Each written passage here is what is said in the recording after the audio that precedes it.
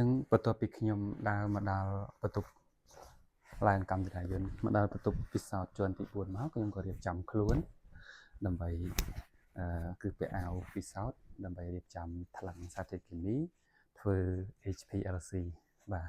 ឥឡូវកុំភ្លេចតាមដានទាំងអស់គ្នាតើក្នុងមួយថ្ងៃអ្នកវិទ្យាសាស្ត្រក៏ដូចជាថ្នាក់និស្សិតថ្នាក់បណ្ឌិត PhD ស្រាវជ្រាវហ្នឹងគាត់ធ្វើអីគេខ្លះជាធម្មតាគឺចូលមកដល់ lab គឺខ្ញុំត្រូវយើងត្រូវពាក់អាវ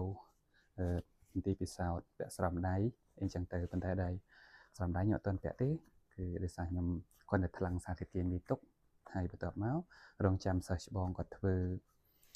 HPLC ចប់ខ្ញុំនឹងទៅធ្វើម្ដងហ្នឹងហើយអញ្ចឹងកុំភ្លេចតាមដានទាំងអស់គ្នាបន្ទាប់មកគឺខ្ញុំចាប់ដើមថ្លឹងសារធាតុគីមីរបស់ខ្ញុំមកខ្ញុំបើកម៉ាស៊ីនថ្លឹងសម្រាប់ពិសោធន៍ HPLC គឺចំនួន10 មីលីក្រាម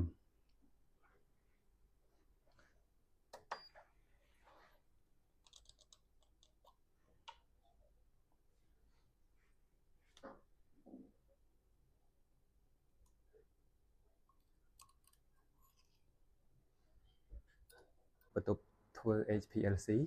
ចម្រោះសារធាតុគីមីចឹងខ្ញុំយកសារធាតុគីមីខ្ញុំបានថ្លឹង10 មីលីក្រាមឲ្យមកខ្ញុំនឹងរំលាយជាមួយនឹងសារធាតុគីមីគឺ ALNA ណាចំនួន2 មីលីលីត្របាទ2 មីលីលីត្រចានេះគឺខ្ញុំវាស់ចំនួន1 មីលីលីត្រសិនខ្ញុំវាស់1 មីលីលីត្រសិនហើយបន្ទាប់មកយើងរំលាយវាឲ្យរលាយ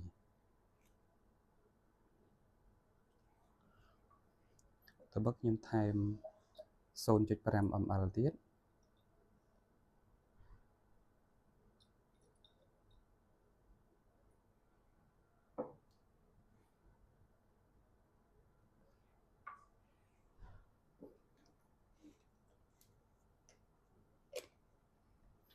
បាទអញ្ចឹងសារធាតុគីមីយើងនេះគឺវារលាយបានល្អហើយអញ្ចឹងខ្ញុំនឹងធ្វើ filtrate វានៅក្នុងនេះ filter paper របស់ខ្ញុំ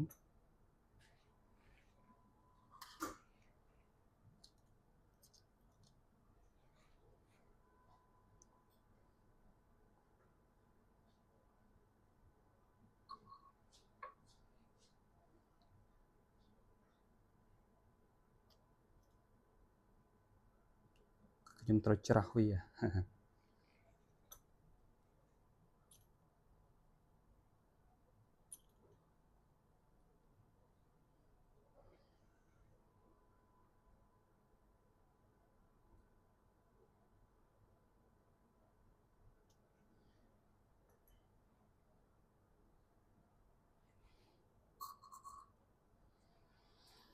តបមកខ្ញុំត្រូវលាងកែវនេះទៀតដោយ filter paper ចំនួន 0.5 ml ទៀត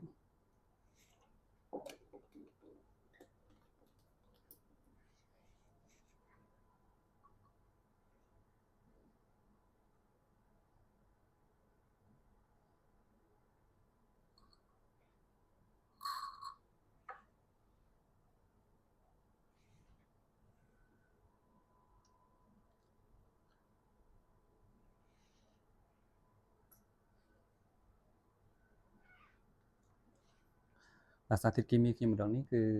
ច្រោះបានល្អមែនទែនឡើងថ្លាអត់មាន